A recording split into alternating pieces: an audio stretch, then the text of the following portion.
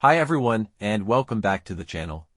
In today's video, I'll show you how to fix the Safari "This connection is not private" issue on your MacBook Pro or MacBook Air. Let's jump right into it. One of the most common reasons for this error is incorrect date and time settings on your Mac. Here's how you can fix it.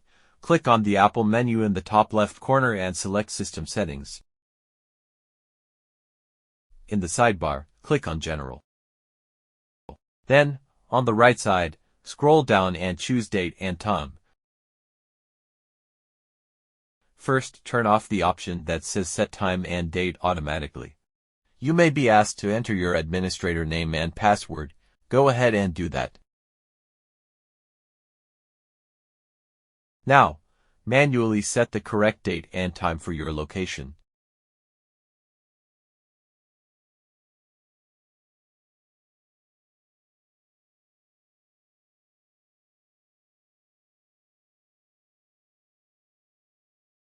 Also, turn off the option Set Time Zone automatically and manually select your correct time zone.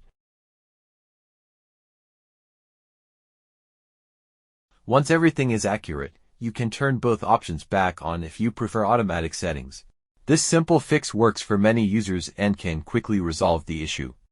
Now go back to Safari and check if the "This connection is not private" message is gone. I hope this helped you out.